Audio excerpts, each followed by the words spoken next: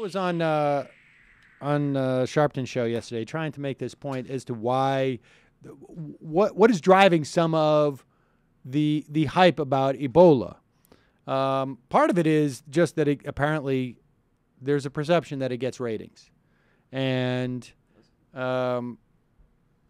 had a segment on the hyping of Ebola after a show that was at the end of a show that was virtually all about Ebola. But with that said, a 2012, this is coming from Matt Iglesias, 2012 paper by Larry Bartels and Christopher Aiken details the phenomenon they label blind retrospection. And it offers a deep dive into the political consequences of a wave of shark attacks that happened on the Jersey Shore in the summer of 1916.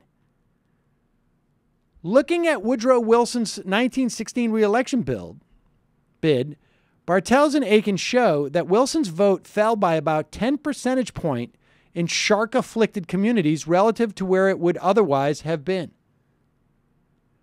So just the notion that the world was falling apart because these sharks were attacking was enough to drive down the vote of a presidential bid. Another paper in 2010 showed that college football performance also affects voting behavior.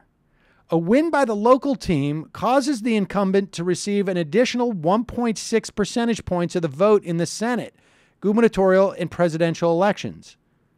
And the magnitude of the effect gets larger as the local team gets more popular, suggesting the result is unlikely to be mere coincidence. They also discovered unexpected wins in the 2009 NCAA basketball tournament were associated with local upsurges in presidential approval. I mean, the bottom line is, if you think the world is going to hell in a handbasket because we are subject to an out-of-control pandemic in our country, chances are you're going to vote against the party in power, or at least holding the presidential. Now, we don't have that, but if you're doing your job on Fox News, you are arguing that we do.